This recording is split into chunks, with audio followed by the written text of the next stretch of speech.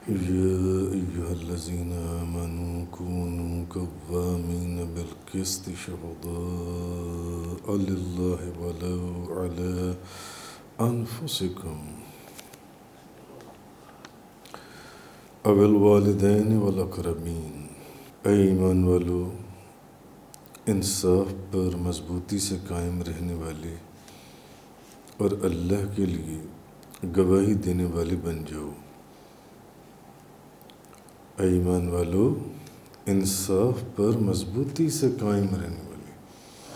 جب عدل کی بات آئے، انصاف کی بات آئے، مضبوطی سے قائم رہنے والے اور اللہ کے لیے گواہی دینے والے بن جاؤ، خواہ یہ گواہی تمہارے خلاف ہو، بھلے یہ گواہی تمہارے خلاف ہو، یا تمہارے ماں باپ اور قرابت داروں، بھلے امیر ہوں غریب ہوں،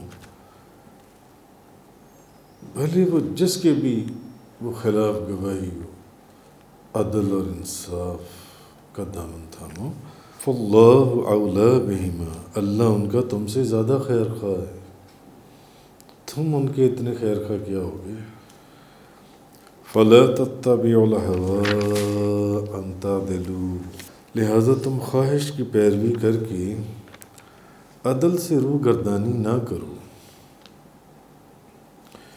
وَإِن تَلْوُوا أَوْ تُعْرِضُوا فَإِنَّ اللَّهَ كَانَ بِمَا تَعْمَلُونَ خَبِيرًا، اور اگر تم نے گواہی میں ہیر پھیر کیا یا اعراض کیا گواہی کے معاملے میں، تو اللہ تمہارے سب کاموں کی خبر رکھنے والا ہے۔ تو پھر اللہ تعالیٰ تمہارے سب کاموں کی خبر رکھنے والا ہے۔ اب اصل میں پیچھے زوجین، یتیم بچوں اور بچیوں کا، شوہر اور بیوی کے حقوق کہ کسی کا حق نہ مارا جائے، اور پھر اللہ پاک نے جو یہ فرمایا کہ شوہر اور بیوی کو چاہیے کہ اگر آپس میں معاملات میں موافقت نہیں ہے، سملیرٹی نہیں ہے، ایک دوسرے کے اگینسٹ ہیں، پھر بھی بہتر ہے کہ صلح کر لیں، صلح ہی بہتر ہے۔ تو اب پھر آخر پر فرمایا کہ اگر پھر نہیں بنتا تو پھر ٹھیک ہے، دونوں علیحدہ ہو جائیں۔ پھر اللہ تعالیٰ جو ان سے شوہر کو پہلے سے زیادہ اچھی بیوی عطا فرما دے گا، اور بیوی کو، اس عورت کو پہلے سے زیادہ اچھا شوہر اپنے فضل اور کرم سے عطا فرما دے گا۔ تو ہوتا یہ ہے کہ کبھی اس لڑائی جھگڑے کی جو نوبت ہے وہ عدالت تک بھی چلی جاتی ہے، عدالتوں میں جانے کی نوبت آ جاتی ہے، اور عدالتوں کے اندر فیصلے جون سی ہیں وہ گواہیوں کے ساتھ ہوتی ہیں کہ اچھا اب گواہ لے کر آؤ، کیا دیکھا کیا سنا۔ تو اگر گواہ جو ہے وہ گواہی سچی نہ دے تو حقدار کے ساتھ، جس کا حق ہے اس کے ساتھ ظلم ہوتا ہے، اس کی حق تلفی ہوتی ہے۔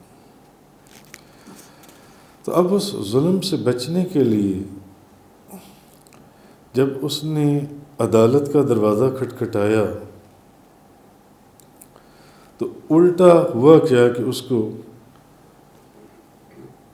بعض اوقات قانون کا سہارا مل جاتا ہے، اور بعض لوگ ان کا حق جھوٹی گواہی دے کر مار جاتی ہیں۔ تو اس لیے گواہوں کو سچی گواہی دینے کا حکم فرمایا جا رہا ہے۔ سچی گواہی دو، سچی گواہی۔ یا ایھا الذین آمنوا کونوا قوامین بالقسط شہداء للہ ولو علی انفسکم، اے ایمان والو، مضبوطی سے قائم رہنے والے، انصاف پر گواہی دینے والے محض اللہ کے لیے، چاہے گواہی دینا پڑے تمہیں اپنے نفسوں کے خلاف، تمہیں اپنے خلاف، بھلے وہ تمہارے والدین ہوں، تمہارے رشتہ دار ہوں، یا اور کوئی دولت مند امیر یا فقیر ہوں جو بھی ہوں، تو اس کے لیے جون سا ہے تو حکم یہ دیا جا رہا ہے کہ سچی گواہی دو، اور ان تمام امور کو جو انسان کو سچی گواہی دینے سے روکتے ہیں، مثلا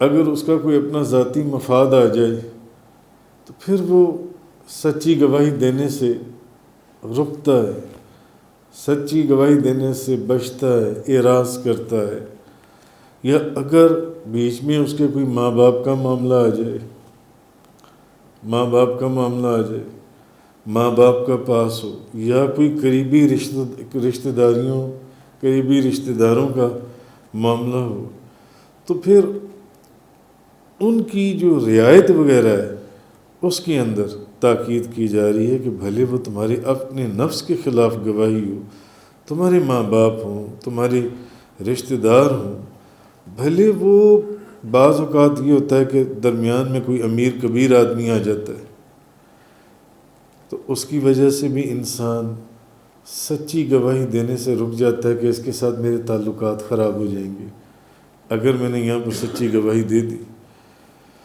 تو بعض اوقات کسی مسکین کا معاملہ آ جاتا ہے، کسی غریب کا معاملہ آ جاتا ہے، اور ایسے ہی انسان کے دل میں آتا ہے کہ اگر میں نے اس غریب آدمی کے خلاف سچی گواہی دے دی تو اس کو بڑا نقصان پہنچے گا۔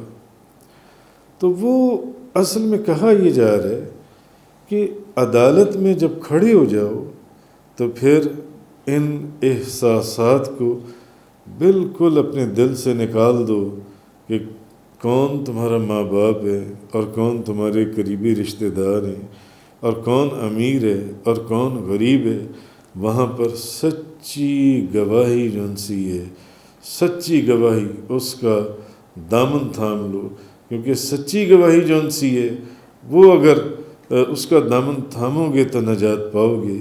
اور دوسری بات یہ ہے کہ فاللہ اولیٰ بہما، بس اللہ زیادہ خیر خواہ ہے جن سے دونوں کا، وہ بھلے دولت مند ہے یا امیر ہے یا فقیر ہے، تو تم نے کسی کے ساتھ کون سی ایسی بھلائی کرنی ہے، خدا تم سے زیادہ بہتر جانتا ہے۔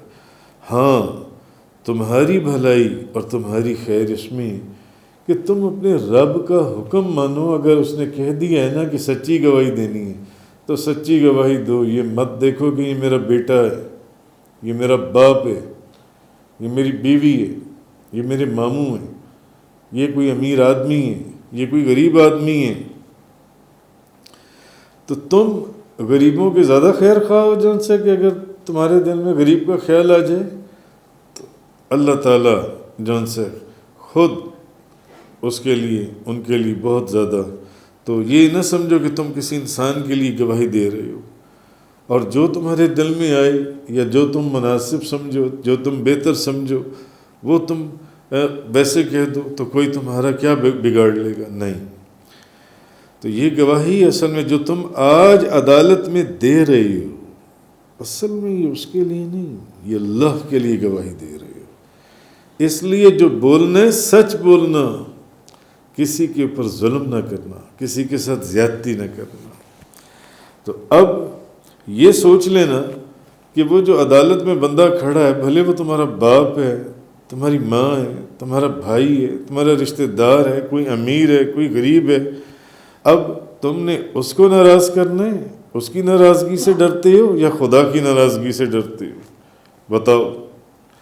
تو اس لیے اللہ پاک نے سورۃ النساء کی آیت نمبر 135 کے اندر یہ فرمایا، اور آگے فرمایا فَإِنَّ اللَّهَ كَانَ بِمَا تَعْمَلُونَ خَبِيرًا، اور اللہ تعالیٰ جو ہے وہ تمہارے سب کاموں کی خبر رکھنے والا ہے۔ آگے فرمایا یا ایھا الذین آمنوا آمنوا باللہ ورسولہ والکتاب الذی نزل علی رسولہ والکتاب الذی انزل من قبل، اے ایمان والو ایمان لاؤ۔ ایمان والے تو پہلے ایمان والے ہیں، ایمان لو، دائمی ایمان لاؤ۔ اللہ پر اور اس کے رسول پر، آمنوا باللہ و رسولہ، والکتاب اور اس کتاب پر، الذی جون سی کتاب نزل علی رسولہ اللہ نے اپنے رسول پر نازل فرمائی، والکتاب الذی اور اس کتاب پر، انزل من قبل جب تم سے پہلے نازل کی گئی تھی، فرمائی تھی، ومن یکفر باللہ اور جو شخص اللہ کے ساتھ، وملائکتہ وکتبہ ورسلہ والیوم الآخر فقد ضل ضلالا بعیدا، اور جو شخص اللہ کے ساتھ، اس کے فرشتوں اور اس کی کتابوں اور اس کے رسولوں اور آخرت کے ساتھ کفر کرتا ہے تو بے شک وہ گمراہی میں مبتلا ہو کر بہت دور جا پڑا، بہت دور۔ اب اس آیت کے اندر ایمان والوں کو کہ اے ایمان والوں، اب اس سے یا تو مسلمانوں سے خطاب ہے، مسلمانوں کو کہا جا رہا ہے اے ایمان والوں۔ اس آیت کا معنی یہ ہے کہ اے ایمان والو اپنے ایمان پر ثابت قدم رہو اور برقرار ہو جاؤ۔ اب ایمان لے آئے ہو نا، اب اپنے ایمان پر ثابت قدم ہو جاؤ، مضبوط ہو جاؤ، برقرار ہو جاؤ۔ مسلمان تو ویسے بھی ہر نماز میں یہ دعا مانگتا ہے، اہدنا الصراط المستقیم، اے اللہ ہمیں سیدھے راستے پر ثابت قدم اور برقرار رکھ۔ اچھا، یا پھر اس آیت کے اندر مومنین اہل کتاب سے خطاب ہے کہ جیسے تم پہلی کتابوں پر ایمان لائے ہو، اس کتاب پر بھی ایمان لے آؤ، جیسے تم پہلے رسولوں پر ایمان لائے ہو، اس رسول پر بھی ایمان لے آؤ، جیسے پہلے انبیاء علیہ السلام اور ان کی ساری کتابوں پر ایمان لائے ہو۔ کیونکہ جس شخص نے اللہ کے رسولوں اور اس کی کتابوں میں فرق کیا اور بعض پر ایمان لایا اور بعض کے ساتھ انکار کیا تو اس کے ایمان کا کوئی اعتبار نہیں ہے، کیونکہ اللہ کی نازل کی ہوئی کسی ایک کتاب یا ایک رسول کا بھی انکار کرنا سب آسمانی کتابوں اور سب رسولوں کا انکار کرنا ہے۔ اللہ کی نازل کی ہوئی کسی ایک کتاب کا انکار کرنا ساری کتابوں کا انکار کرنا ہے، کسی ایک نبی اور ایک رسول کا انکار کرنا سارے نبیوں اور سارے رسولوں کا انکار کرنا ہے۔ اس لیے فرمایا اے ایمان والو ایمان لاؤ اللہ پر اور اس کے رسول پر اور اس کتاب پر جو اللہ نے اپنے رسول پر نازل فرمائی ہے، اور اس کتاب پر بھی جو تم سے پہلے نازل فرمائی گئی تھی۔ آگے فرمایا ان الذین آمنوا ثم کفروا ثم آمنوا ثم کفروا ثم ازدادوا کفرا لم یکن اللہ لیغفر لهم ولا لیہدیہم سبیلا، بے شک جو لوگ ایمان لائے پھر کافر ہو گئے، پھر ایمان لائے پھر کافر ہوئے، پھر وہ کفر میں اور بڑھ گئے، لم یکن اللہ لیغفر لهم ولا لیہدیہم سبیلا، اللہ نے فرمایا یہ وہ لوگ ہیں جن کو اللہ ہرگز نہیں بخشے گا اور نہ کبھی انہیں سیدھے راستے پر چلائے گا، یہ وہ لوگ ہیں۔ اب اللہ تعالیٰ نے اس میں دو قسموں کا ذکر فرمایا، ایک تو وہ جو ایمان سے خارج ہیں، ایک وہ جو ایمان سے خارج ہیں، اور ان میں پہلی قسم وہ ہے جو نفاق ہے۔ اب یہ وہ لوگ ہیں جو ظاہر ایمان لائے تھے مگر پھر کفر کی طرف لوٹ گئے، ایمان لائے تھے مگر اندر سے منافقی تھے اور حالات کی مناسبت کو دیکھتے رہے، اور جب حالات کو کچھ اپنے حق میں سازگار نہ پایا تو یہ پھر کفر کی طرف لوٹ گئے اور گمراہی میں مر گئے، تو انہوں نے توبہ کا موقع ضائع کر دیا، اللہ تعالیٰ ان کی مغفرت نہیں فرمائے گا. اللہ نے فرمایا ان کو معاف نہیں کیا جائے گا. اور دوسری قسم ان منافقوں کی ہے جو ظاہری اسلام پر برقرار رہے، لیکن حقیقت یہ تھی کہ در پردہ وہ کافروں کے ساتھ رہے. پہلی قسم ان منافقوں کی ہے جو ظاہری طور پر اسلام لائے تھے، مگر پھر حالات کو اپنے حق میں سازگار نہ پا کے پھر واپس لوٹ گئے. یہ بھی نہیں بخشے جائیں گے، جہنمی ہیں.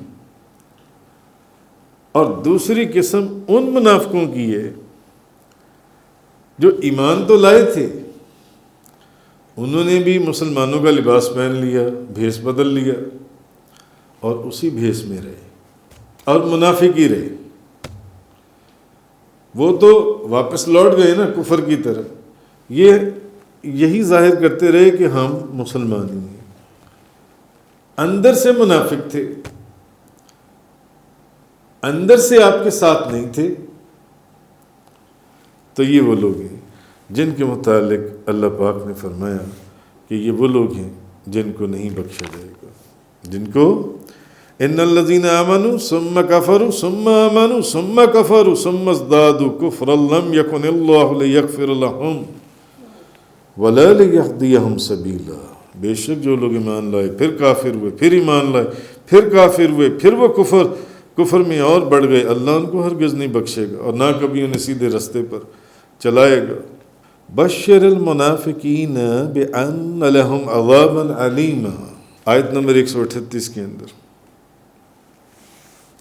اب اللہ پاک فرما رہے بشر المنافقین بان لهم عذابا علیما، منافقوں کو خوشخبری دے دیجیے، منافقوں کو خوشخبری دے دیجیے کہ ان کے لیے دردناک عذاب ہے. اچھا، بشارت کا جو عام استعمال ہے وہ تو خوشخبری کے معنوں میں کیا جاتا ہے کہ بشارت دے دیجیے، خوشخبری کے لیے کیا جاتا ہے. مگر یہاں ان کو جو بشارت کا جو حکم دیا جا رہا ہے، یہ خوشخبری سنا دو کن کو؟ منافقوں کو بشارت دے دیجیے، خوشخبری دے دیجیے کہ بلا شبہ یعنی دردناک عذاب کی خوشخبری دیں، ان کو دردناک عذاب کی خوشخبری دے دیں. قرآن یہ کہہ رہا ہے. تو بشارت کا عام استعمال تو خوشخبری کے معنوں میں ہوتا ہے، مگر یہاں پر اس کو دردناک عذاب سے تعبیر کیا گیا ہے. علامہ قرطبی نے لکھا ہے کہ ہر اس اچھی یا بری خبر کو بشارت کہتی ہیں.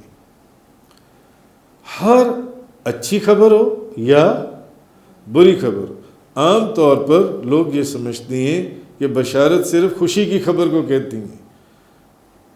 علامہ قرطبی فرماتے ہیں ہر اچھی اور بری خبر کو، ہر اس اچھی یا بری خبر کو بشارت کہتی ہیں جس کے سننے کے بعد انسان کے چہرے کے اوپر نمایاں اثرات ظاہر ہو جائیں. جس کو سننے کے بعد انسان اپنی کیفیت کو اور اپنی حقیقت کو اپنے ظاہر عمل یا چہرے کے خد و خال سے چھپا نہ سکے. جیسے واقعی اس کو یا تو کوئی خوشی ہے اسلام کی، اس کام کی، یا اس کے دل میں کوئی تکلیف ہے اسلام کی یا اس اسلام سے ریلیونٹ اس کام کی، تو اس کا چہرہ بولتا ہے، اس کا چہرہ اس کی حقیقت کو ظاہر کرتا ہے. تو خیر علامہ قرطبی نے یہ فرمایا. تو فرمایا منافقوں کو خوشخبری دے دیں، ان کے لیے دردناک عذاب ہے. آیت نمبر 138 کے اندر آگے فرمایا اللہ تبارک و تعالیٰ نے الذین یتخذون الکافرین اولیاء من دون المؤمنین، جو مسلمانوں کو چھوڑ کر کافروں کو دوست بناتے ہیں، کیا وہ کافروں کے پاس غلبہ تلاش کرتے ہیں؟ ایبتغون عندہم العزت فإن العزت للہ جمیعا، کیا وہ کافروں کے پاس غلبہ تلاش کرتے ہیں؟ تمام غلبہ عزت اللہ کے پاس ہے، تمام غلبہ عزت اللہ کے پاس ہے۔ اب اصل میں اس آیت میں جن لوگوں کا ذکر کیا گیا ہے، یہ وہ لوگ ہیں جو مسلمانوں کو چھوڑ کر کافروں کو دوست بناتی ہیں۔ تو پھر اس سے مراد کیا ہے؟ یہ کون لوگ ہیں؟ منافق۔ کافر تو کافر کو ہی پہلے ہی دوست رکھتا ہے، اصل میں یہ ان منافقوں کا ذکر کیا گیا یہاں پر بھی۔ تو اس آیت میں بھی جن لوگوں کا اصل میں ذکر کیا گیا، میں نے پچھلے دنوں میں آپ سے ذکر کیا تھا کہ آپ شروع سے قرآن کریم کی تفسیر سن رہے ہیں سب لوگ، تو آپ دیکھیں گے کہ جگہ جگہ اللہ نے ایمان والوں کا بھی ذکر کیا، کافروں کا بھی ذکر کیا اور منافقوں کا بھی ذکر کیا، کیونکہ منافق ان کے درمیان ایگزسٹ کرتے ہیں۔ اللہ پاک نے فرمایا کہ یہ اب ان لوگوں کا ذکر ہے جو مسلمانوں کو چھوڑ کر کافروں کو دوست بناتی ہیں۔ منافق جو اللہ اور اس کے رسول کا ساتھ چھوڑ گئے، بیٹھتے مسلمانوں میں، مسلمانوں کا بھیس بدل کر ہیں منافق، اور جو چھوڑ کر چلے گئے ان کے ساتھ رابطے ان کے ابھی بھی جاری ہیں، ان کے ساتھ بات چیت ان کی ابھی بھی جاری ہے، ان کے ساتھ گفتگو ان کی ابھی بھی جاری ہے، راتوں کو ان کے ساتھ بیٹھ کر پروگرام بناتے ہیں کہ کس طرح اللہ اور اس کے رسول کے دین کو ناکام کرنا ہے۔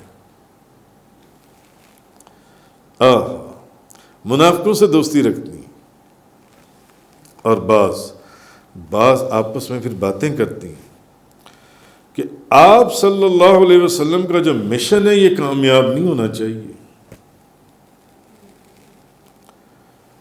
اور پھر آپس میں باتیں کرتی ہیں کہ ایک نہ ایک دن غلبہ ہمیں حاصل ہوگا اور وہ ناکام ہو جائیں گے اپنے مشن میں، معاذ اللہ، استغفر اللہ۔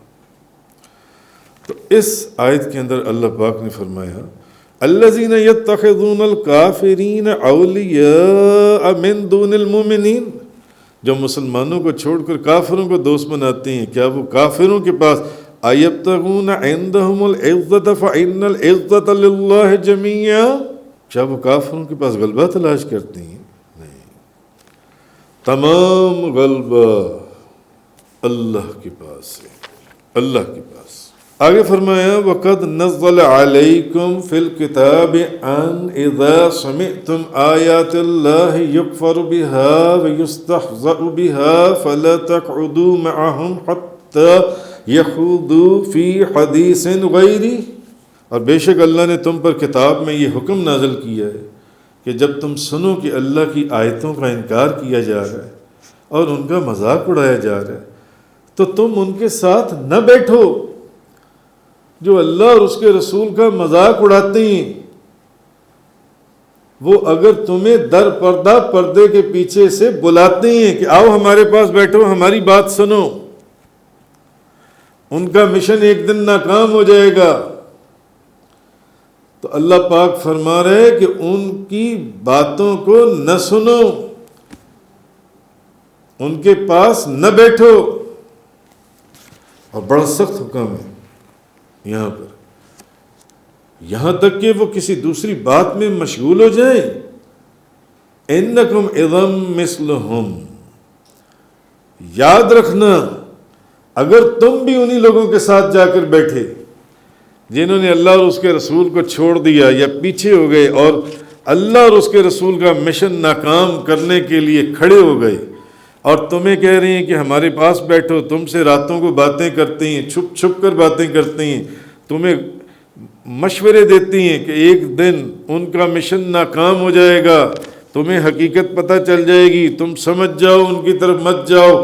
اللہ پاک کیا فرما رہا ہے، گمان بھی نہ کرنا، ان کی طرف بات بھی نہ سننا، ان کے پاس بھی نہ بیٹھنا، ورنہ تمہیں بھی انہی منافقوں میں سے کر دوں گا، تمہیں بھی انہی منافقوں میں سے کر دوں گا۔ انکم اذا مثلہم، تم بھی انہی کی مثل قرار دیے جاؤ گے۔ وہ تو منافق ہیں ہی ہیں، بے ایمان ہیں ہی ہیں، تمہیں بھی انہی کے اندر داخل کر دوں گا۔ سوچنا بھی نہ آپ صلی اللہ علیہ وسلم کے ساتھ کو چھوڑنے کا۔ ان اللہ جامع المنافقین والکافرین فی جہنم جمیعا، تمہیں نہیں معلوم وہ تو کافر ہیں، انکار کرنے والے، اور تم منافق ہو، منافقت کرنے والے، بھیس کچھ اور بدلا ہوا ہے اور دل کچھ اور ہے اندر سے۔ کافروں کے ساتھ ساتھ تمہیں بھی جہنم میں ڈالوں گا، تمہیں بھی جہنم میں ڈالوں گا، اس لیے تصور بھی نہ کرنا ان کی بات سننے کا، ان کی طرف جانے کا، یہ تصور بھی نہ کرنا۔ اللہ پاک نے یہ چیز ان سے، کیونکہ منافق جو ہیں یہ یہود، علماء یہود کی مجلس میں بیٹھتے تھے۔ منافق جون سی، منافق کون تھے؟ جنہوں نے مسلمانوں کا بھیس بدلا ہوا تھا، اور وہ قرآن کا مذاق اڑاتے تھے اور جھٹلاتے تھے۔ تو اللہ نے کہا کہ ان کے قریب بیٹھا کرو، جا کر مت جاؤ ان کے پاس۔ اے منافقو، تم بھی کفر میں ان علماء یہود کی مثل ہو۔ اور اہل علم نے کہا کہ یہ آیت اس بات پر بھی دلالت کرتی ہے کہ جو شخص کفر سے راضی ہو وہ بھی کافر ہے۔ جو شخص اتنا بھی کہہ دے نا کہ یہ جو لوگ انکار کر کے چلے گئے یہ ٹھیک ہیں، وہ کافر ہیں، تو وہ شخص خود بھی کافر ہے، علماء نے فرمایا۔ اور جو شخص کسی برے کام سے راضی ہو اور برا کام کرنے والوں کے ساتھ ساتھ رہے، تو خواہ اس نے برا کام نہ بھی کیا ہو، پھر بھی وہ ان کے گناہ میں برابر کا شریک ہے۔ جو بندہ گناہ نہ بھی کرے مگر گناہ کرنے والوں کے ساتھ ساتھ رہے، علماء نے کہا اس لیے کہ اگر وہ گناہ نہ بھی کرے اور گناہ کرنے والوں کے ساتھ، ایک تو ہے جو کھلم کھلا کسی گناہ کے اندر ملوث ہے، کسی گندگی کے اندر، اور ایک وہ بندہ ہے جو اس کے ساتھ ساتھ رہے، تو وہ بھی اس گناہ کے اندر برابر کا شریک ہے۔ تو اللہ نے فرمایا کہ اس لیے تمہیں منع کر رہا ہوں کہ ان کے قریب بھی نہ بیٹھنا جا کر۔ جو اللہ اور اس کے رسول کو چھوڑ کے چلے گئے یا پیچھے ہو گئے، تمہیں بھی انہی کی مثل کر دوں گا۔ ان کو تو جہنم میں ڈالوں گا ہی ڈالوں گا، تمہیں بھی ان کے ساتھ جہنم میں ڈالوں گا، تم بھی اسی زمرے میں گنے جاؤ گے۔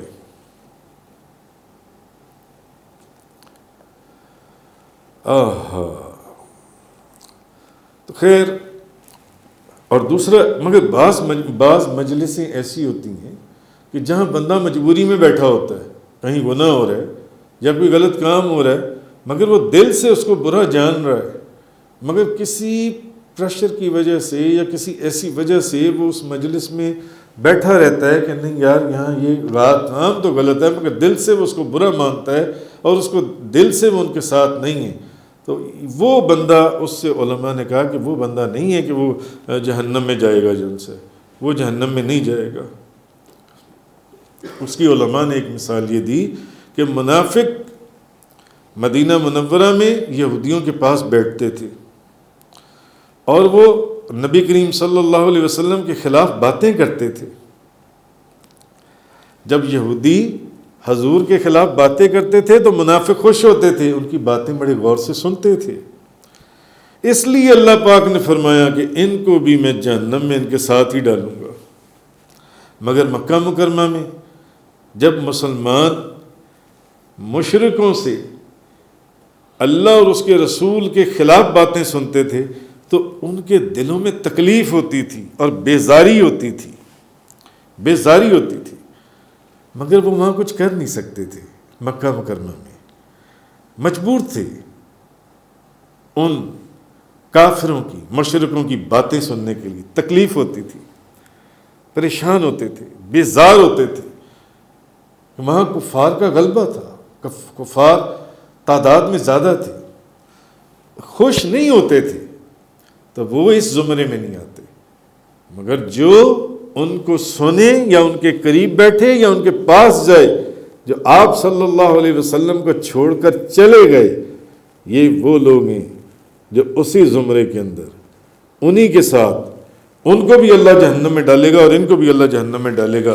یہ اللہ پاک نے قرآن کریم کے اندر اس کا فیصلہ کر دیا. ان اللہ جامع المنافقین، بے شک اللہ سارے منافقوں کو اور کافروں کے ساتھ والکافرین فی جہنم جمیعا، دوزخ میں جمع کرنے والا ہے. ان کے ساتھ ڈالوں گا ساروں کو جو بھیس بدل کر ان سے ملتے رہے اور باتیں کرتے رہے اور مذاق اڑاتے رہے کہ ہاں واقعی تم ٹھیک کہتے ہو. ان کا مشن ایک نہ ایک دن ناکام ہو جائے گا. آگے آیت نمبر 141 میں اللہ پاک نے فرمایا الذین یتربصون بکم، یہ منافق تمہارا جائزہ لے رہی ہیں. فَإِنْ كَانَ لَكُمْ فَتْحٌ مِّنَ اللَّهِ، اگر تمہیں اللہ کی طرف سے فتح نصیب ہو، قَالُوا أَلَمْ نَكُنْ مَعَكُمْ، تو اتنے بے ایمان ہیں کہ تمہیں کہتے ہیں کہ دیکھو ہم تمہارے ساتھ نہیں ہیں، ہم تو تمہارے ساتھ تھے. وَإِنْ كَانَ لِلْكَافِرِينَ نَصِيب، اور اگر کافروں کو کامیابی سے حصہ ملے، قَالُوا أَلَمْ نَسْتَحْوِذْ عَلَيْكُمْ وَنَمْنَعْكُمْ مِنَ الْمُؤْمِنِينَ، تو پھر کافروں کو کہتی ہیں کہ ہم تم پر غالب نہیں آ گئے تھے، کیا ہم نے تمہیں مسلمانوں سے نہیں بچایا تھا؟ فَاللَّهُ يَحْكُمُ بَيْنَكُمْ يَوْمَ الْقِيَامَةِ. یہ منافق جو ہے یہ بڑی گندی قوم ہے. جب تم غالب آتے ہو، کوئی مال غنیمت آتا ہے تو تمہارے ساتھ، اور جب کافر غالب آتے ہیں وہ ان کو کافروں کو کوئی مال غنیمت مال وغیرہ حاصل ہوتا ہے تو کافروں کے ساتھ چلے جاتے ہیں. اب دیکھنے میں تو بھیس ادھر کا بدلا ہوا ہے اور فائدہ ادھر سے بھی لیتے ہیں اور ادھر سے بھی لیتے ہیں، اندر سے کافر ہیں مگر ہیں تمہارے ساتھ بظاہر.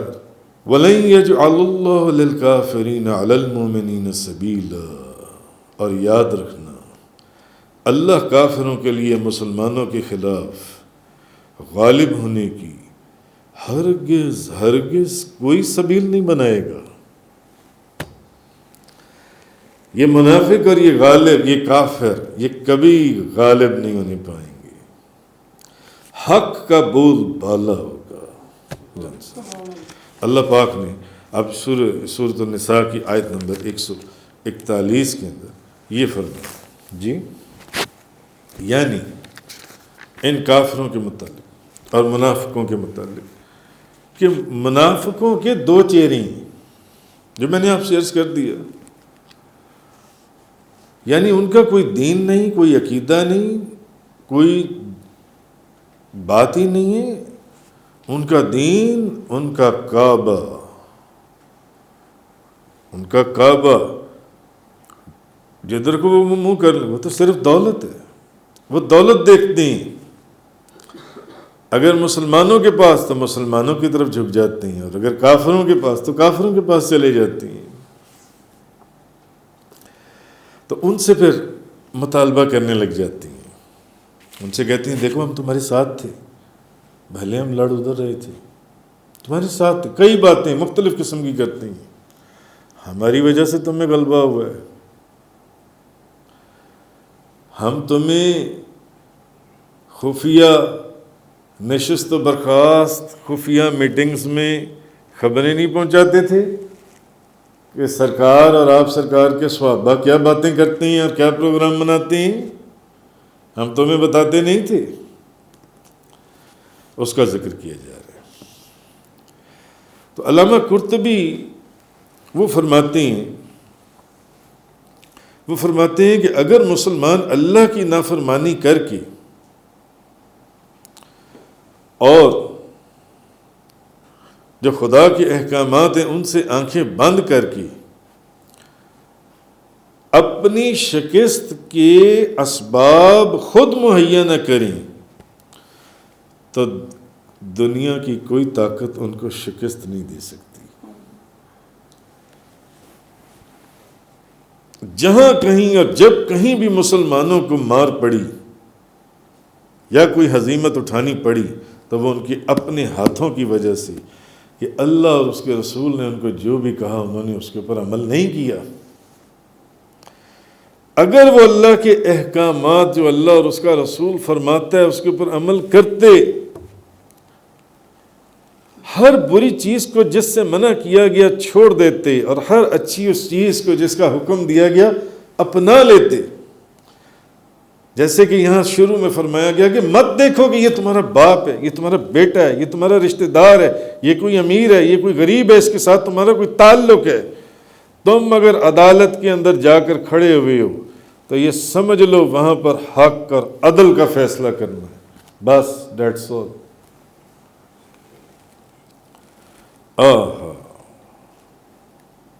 تو اگر یہ اللہ کے صحیح معنوں میں احکام کے پابند ہوں اور جس اتفاق اور اتحاد احکامات کا یعنی ان کو حکم دیا گیا ہے اس کے اوپر وہ عمل کریں، تو دنیا کی کوئی طاقت ان مسلمانوں کو مغلوب نہیں کر سکتی، ان مسلمانوں کو۔